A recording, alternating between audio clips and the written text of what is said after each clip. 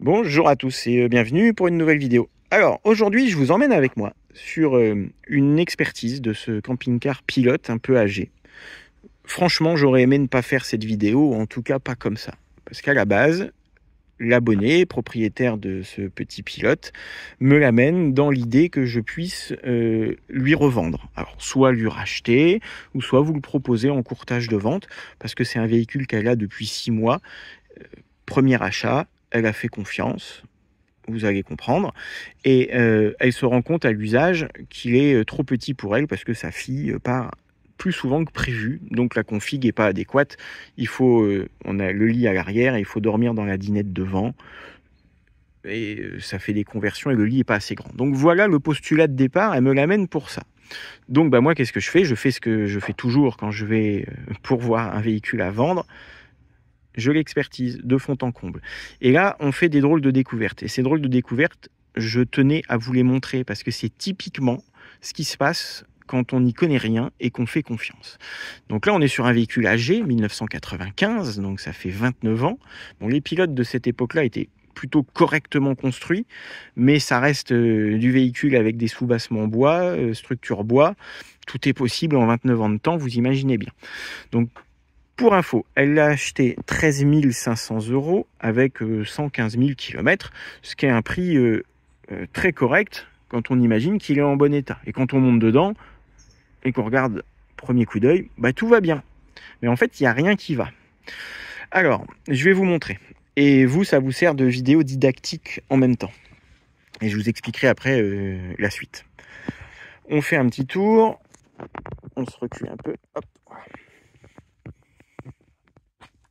Alors moi, ce qui m'a mis la puce à l'oreille direct quand je l'ai vu, c'est que la face arrière, on voit qu'il y a des retouches de peinture qui ont été faites et surtout qu'on a le panneau qui est très très mou. Bon, ça, la propriétaire savait qu'il y avait eu une infiltration, ça lui avait été dit, que ça avait été réparé. Mais peut-être pas au point de ce qu'on découvre là. C'est-à-dire que si on regarde bien, on voit que ça a été rejointé à l'arrache. Les joints de fenêtre, pareil. C'est ni fait ni à faire, hein. C'est du joint rapide. On ne sait pas trop si c'est du produit pour camping-car. Sur les portes de soute, on n'a plus les cache-vis, donc on a les vis rouillées. Tout ça, hein, source potentielle d'infiltration. Vous voyez, les vis sont moches. Mais surtout, bon, quand je suis allé voir dans la soute, alors évidemment, j'ai fait les tests d'humidité partout. On s'aperçoit que là, on n'a pas la même tapisserie ici que là. Il faut savoir que là, c'est le papier peint d'origine. Et là, c'est un autre papier peint qui a été remis. Et qui cache la misère. On a une plaque de contreplaqué qui a été recollée par-dessus. Ça fait illusion. On voit bien la différence de tapisserie. Là-bas, au fond, on a... Je vais essayer de zoomer un petit peu. Hop. On a notre isolant en direct. Il n'y a même plus de bois. Là, on a un trou dans le plancher. Donc, quand on va voir en dessous, hop là, on s'aperçoit que le plancher a été résiné, là.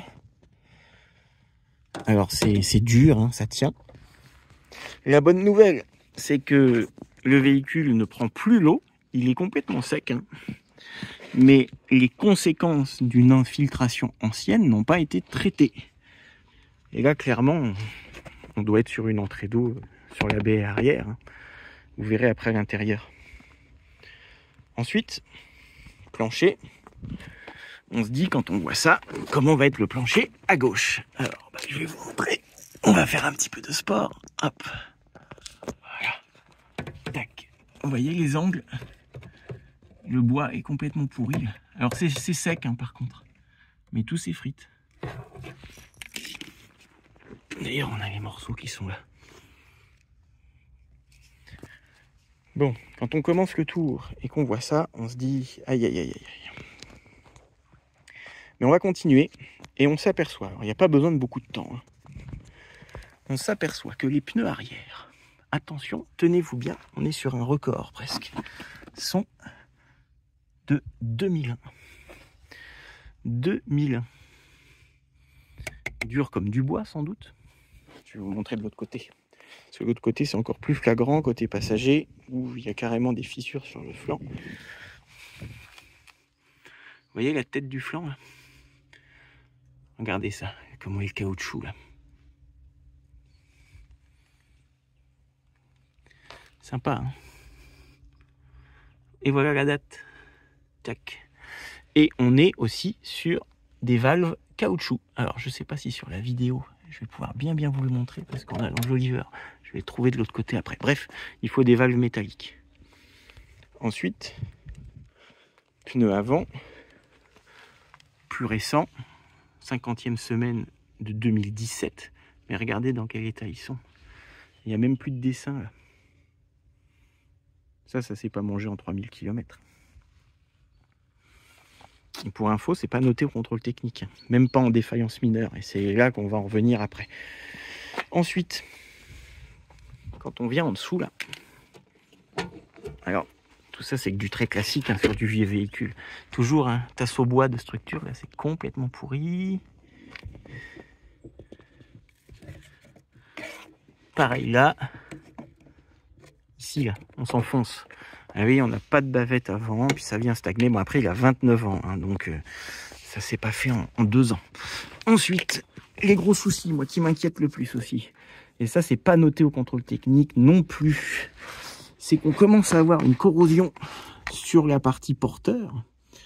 Par exemple, ici, les feuillures là, de bas de caisse qui se découpent. Tac. Bon, ça, c'est pas le pire, à la limite. C'est pas terrible, mais on peut l'admettre. Par contre, ce qui est beaucoup moins chouette, on ira voir sous le capot après. Vous me voyez venir sur les défauts classiques, mais ce qui est beaucoup moins chouette, c'est à gauche, hop, où il faut m'expliquer comment un contrôle technique ne note pas ça. Voilà. Vous voyez? Et puis alors, ça a été, il y a une peinture, une espèce de peinture grise, une peinture noire. Alors ça, c'est pas Jojo, quoi. Hein. Le reste est plutôt correct. Le berceau, le reste des longerons, puis on est sur un châssis Alco, donc en galvanisé voilà, qui se tient. Et quand on ouvre le capot, qu'est-ce qu'on voit? Premier coup d'œil, le radiateur, il va pas tarder à tomber. Bon, ça c'est pas grave, c'est des petits tampons qui coûtent pas cher. Mais surtout, eh ben, qu'est-ce qu'on a? On a notre longeron avant droit qui est dans un drôle d'état. Alors, je vais essayer. C'est vraiment pas facile d'accès. Je pense qu'à mon avis, je vais être obligé de refaire des photos. Ouais, on va plutôt faire ça. Parce que je vais jamais réussir à faire la mise au point. Sur les problèmes. Le bac à batterie, l'acide a coulé. Ici, on a un cache plastique qui fait qu'on ne voit pas la misère. Mais en vrai, la misère, elle est bien là. Et bien présente. Hop. On en voit un bout là-haut. Attendez, je vais zoomer et je vais vous éclairer. Voilà, vous voyez, même si la mise au point ne veut pas se faire, tac. Et ça, au contrôle technique, on est plus qu'à la limite de la contre-visite. Donc moi, ça me fout en rage de voir ça. Donc les gens achètent en confiance. Des choses qui se voient, mais quand on connaît pas, il faut vraiment aller avoir l'œil. Le camping-car après présente pas trop mal pour un véhicule de cet âge-là. Voilà, ça passe. Ça passe. Et en fait, on a quelque chose de complètement pourri. On imagine faire une bonne affaire à 13 500 €. C'est vrai que dans le marché actuel, on se dit, voilà, l'intérieur en plus c'est sympa, il est en 6 places carte grise, vous allez voir, dedans c'est chouette. Puis quand on l'ausculte d'un peu plus près, 13 500 €, c'est beaucoup trop cher. Clairement, là, on est sur une valeur qui s'approche...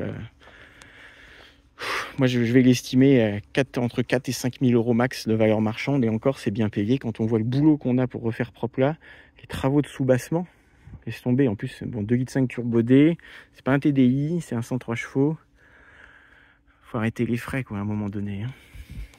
Donc à 4 000 €, je dis oui. Hein. Rappelez-vous, un Fleurette que j'ai courté en vente il y a plus d'1 an, qui a fait du bruit. Il valait 4 000 €. Hein. Il n'était pas à 13 500. Et c'était en connaissance de cause en plus. Bref. Donc là, ce que je vous propose, c'est qu'on passe à l'intérieur.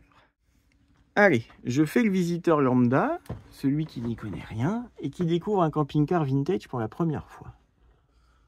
Ouais, il y a tout mon bazar, c'est vrai, mais au final, on se dit, bah, c'est plutôt pas mal tout ça. Les jolies boiseries, typiquement pilote de cette génération, un peu esprit marine.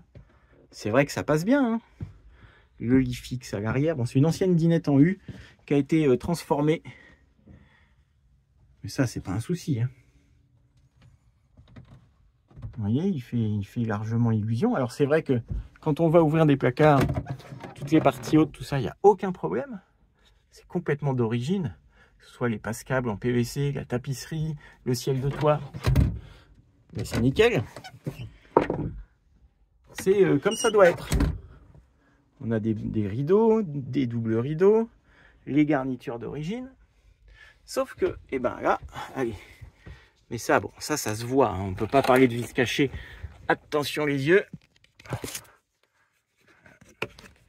Voilà, les conséquences de l'infiltration à l'arrière. Donc tout bouge, tout est mou. Le lit a été renforcé par des nouveaux tasseaux. On voit notre fameuse nouvelle tapisserie là, qui s'arrête là. Bon, voilà. Alors ça, on peut mettre en cause personne, puisque ça se voit. Direct. Bon, c'est très mal réparé.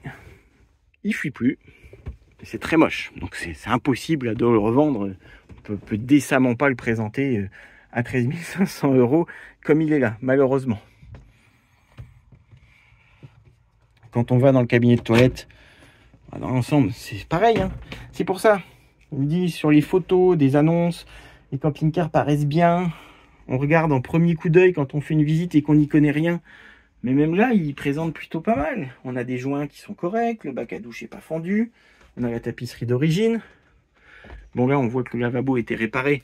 Mais allez, ça, sur un camping-car de 29 ans, c'est absolument pas rédhibitoire, ça fait partie du jeu. Ça, on l'accepte, c'est pas grave, du tout. Le mobilier en bon état, le sol aussi. On a les coussins d'origine avec les tissus d'époque. Il n'y a pas grand-chose à dire. Là, on s'aperçoit que le ciel de toit est taché. Mais tout est parfaitement sec. Il n'y a pas de mollesse, il n'y a rien. Ces types de ciel de toit tendus, là, dès qu'ils prennent une goutte d'eau, de toute façon, ils font des auréoles. Donc ça, c'est pareil, c'est pas grave. Puis ça se nettoie, en plus, à l'ammoniac ou à l'alcool à brûler. Impeccable, là aussi. Là, c'est le système de flotte pour le rafraîchisseur d'air. D'ailleurs, on notera l'intelligence de la conception d'avoir mis en hauteur de l'eau avec du poids. Mais bon, ceci étant, regardez, ça a tenu. Puis là, tout ça, c'est d'origine. Bon, pas de souci. Donc, quelqu'un qui fait sa visite sans y connaître et qui ouvre les fameux placards, bah, on n'y trouve rien, hein. Moi, en me penchant un peu plus en avant et en faisant... Donc, j'ai utilisé pour mes tests d'humidité celui-ci, qui est donc intrusif, dans lequel on vient faire des petits trous, qui marche très bien. Et j'ai aussi celui-ci, le Trotec, là, qui est très très bien. Là, pour aller dénicher l'humidité dans les parois, c'est au top. Donc en mixant avec les deux, eh ben, normalement, on passe à côté de rien. Donc ce que j'ai vu, c'est qu'ici, ça avait pris l'eau aussi, dans le temps. Encore ces fichus joints de fenêtre. Ce qu'on peut voir en direct, c'est qu'on est encore humide un petit peu. 23,6, c'est trop, hein. Alors là, il a plu beaucoup. Si on se remet par ici, on va voir qu'on est beaucoup moins. Par contre, c'est tout mou. Je m'enfonce là-dedans comme dans du beurre. Donc, il y a eu une grosse infiltration dans le temps. Et si on va voir en bas, toujours aller voir en bas, on s'aperçoit que le papier peint, là, est tout gondolé. Vous voyez? Et tout est mou. Donc là, notre contreplaqué qui est derrière la tapisserie ne doit plus beaucoup exister et on doit être certainement sur l'isolant. Donc ça commence à faire beaucoup de choses. Et ce que je voulais vous montrer, et c'est là-dessus que ça va être une base de travail, je vous montre le contrôle technique du 22 avril 2024. Ce n'est pas la contre-visite, hein, c'est bien son contrôle initial. Et voilà les défauts qui sont notés. Une usure des plaquettes de frein avant et des disques, un petit ripage, mais c'est tout, rien. En défaillance mineure, on n'a même pas une corrosion sous bassement, on n'a même pas des pneus en usure anormale, pas de détérioration du plancher arrière bois, normalement ça pourrait être noté, bref, on n'a rien. On se fie juste à ça avec des mesures de suspension qui sont correctes, de freinage qui vont dans le cadre d'un vieux véhicule, voilà, ça passe. Donc quelqu'un qui ne connaît pas, bah, il achète ça. en se disant, mais il est super sain, il n'a pas beaucoup de kilomètres. Bah ouais, vous voyez, donc elle a fait 3000 km depuis l'achat. Un boxeur de 1.5 TD, 115 000 bornes sur un profilé pilote avec une jolie disposition comme ça, bah à 13 500 €, je fais une super affaire. Bah en fait non. Donc là, qu'est-ce qui va se passer? Moi, je vais faire un rapport qui va reprendre les éléments là, que je vous ai détaillés dans la vidéo. Je vais donner ce rapport avec ma facture d'examen à la cliente, à l'abonné, hein, qui du coup est un peu dépité, vous pensez bien, et qui va contacter sa protection juridique pour voir ce qu'elle va faire, enfin, ce que conseille la protection juridique, peut-être vis-à-vis du contrôle technique, parce que l'ancien propriétaire est un ami de la cliente actuelle, de l'actuel propriétaire. Il l'a pas gardé très longtemps, c'est une personne d'un certain âge, c'est pas lui qui a fait les travaux derrière de papier peint, tout ça, il a dû l'avoir comme ça. C'est pour ça que cette partie-là, à la limite, on va pas en parler. Mais là où le bas blesse, c'est sur la corrosion, l'état des pneus, toute la partie châssis, où on peut du coup se poser légitimement des questions en se disant est-ce qu'ils sont pas passés à côté d'autre chose? Est-ce qu'on n'a pas des flexibles de frein qui sont prêts à se couper? Est-ce qu'on n'a pas d'autres... Voilà.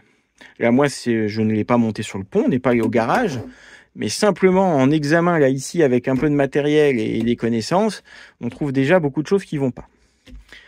Donc, je vous raconterai la suite. Je vous dirai ce que ça a donné, qui a été mis en cause ou pas, etc. Je suis un peu déçu, forcément, hein, pour la cliente aussi. Ça fait toujours mal au cœur quand on aime les véhicules, surtout vintage, de découvrir des trucs moches qui ont été cachés. Quand ils sont connus, bah, ma foi, ils sont connus, hein. Mais là, vous voyez. Donc, cette vidéo-là, gardez-la bien en mémoire quand vous allez visiter des véhicules un peu âgés. Vous comprenez aussi pourquoi je vous dis que c'est si compliqué d'en trouver. Ils sont propres dans les annonces. Les gens vous font les photos comme ça, là, hop, qui vont bien. Vous dites, bah oui, il est bien. Et pourquoi l'autre, là, Nicolas, la Zig Family, il dit toujours qu'il n'arrive pas à en trouver. Il se fout de nous. Bah non, parce qu'en vrai, c'est souvent comme ça. Je réinterviens un tout petit peu. Je devais conclure la vidéo et puis en faisant le montage, je me suis rendu compte que j'avais besoin de préciser quelque chose. Dans une des vidéos précédentes, dans laquelle je parlais d'un véhicule que j'étais allé inspecter, qui était pourri, et on m'a reproché, certaines personnes, pas tout le monde heureusement, de ne pas avoir filmé. Ce à quoi j'avais répondu, c'est compliqué de filmer chez les gens, venez le faire à ma place, vous verrez, mettrez-vous en danger. Souvent les gens n'aiment pas, hein. Et on est dans un monde quand même assez étrange, où quand tout va bien, on peut filmer, et quand il y a des soucis, faut pas que ça se sache. Donc pour tous ceux qui critiquent, derrière votre écran, c'est très facile. Donc là, sur ce pilote que vous venez de voir, le pilote Pacifique de l'abonné, j'ai bien l'autorisation express de filmer, et d'ailleurs cette vidéo qui va rester en ligne sur la chaîne servira aussi, si besoin se faisait sentir, si besoin était, de preuve indiscutable par l'image pour éventuellement l'assistance juridique, le vendeur du véhicule, le contrôle technique qui avait fait le contrôle, voilà, enfin bref, pour toutes les instances qui pourraient en avoir besoin, cette vidéo va être aussi mise à disposition, en plus de mon rapport à moi qui reprend tous les défauts que vous venez de voir en vidéo. Voilà, je tenais à faire cette mise au point qui est importante pour moi, parce que peut-être que pour vous, derrière votre écran d'ordi, de smartphone ou de télé, ça paraît très facile, et les commentaires vont aussi très vite à dire « Bah oui, mais tu nous montres pas assez, c'est quoi l'intérêt, tu fais ta pub, machin ». Non, pas du tout, pas du tout, et le job est pas facile. Donc, je ne suis pas en train de me plaindre, simplement j'apporte un élément d'information à tous ceux pour qui, vu de loin, ça paraîtrait très évident. Et non, ça ne l'est pas. En 2024, c'est compliqué de montrer les choses qui ne vont pas, hein. Et vous savez que par le passé, j'ai déjà eu des ennuis avec des vendeurs peu scrupuleux qui n'étaient pas contents de me voir et qui m'ont fait des histoires après. Donc c'est pas vous qui mettez éventuellement votre vie, votre maison, votre famille en danger, et je ne le ferai pas pour un camping-car, et qui en plus ne m'appartient pas. Comprenez-le, hein. Je ne suis pas le bon samaritain naïf qui va venir débusquer les choses et puis ensuite en payer les conséquences. Pour les beaux yeux de qui? Déjà, je trouve que j'en fais beaucoup, avec un contenu que j'essaie de rendre qualitatif et informatif, au moins à défaut de qualité. Ce contenu, il est en libre accès pour vous tous, là, hein, gratuitement. Il n'y a rien qui m'oblige à le faire. Je vous donne déjà beaucoup de conseils. Donc, ne m'en demandez non plus pas trop, pour certains, à vouloir aller au-delà de mes compétences et à faire le redresseur de tort non plus. Voilà, je tiens à ma tranquillité. Mais c'est pas pour autant que je vais m'empêcher de dire les choses, mais je fais quand je le peux. Là, j'ai la chance d'avoir pu filmer, ben, je l'ai fait. Voilà. Allez, ça va mieux en le disant. À plus. Bye bye.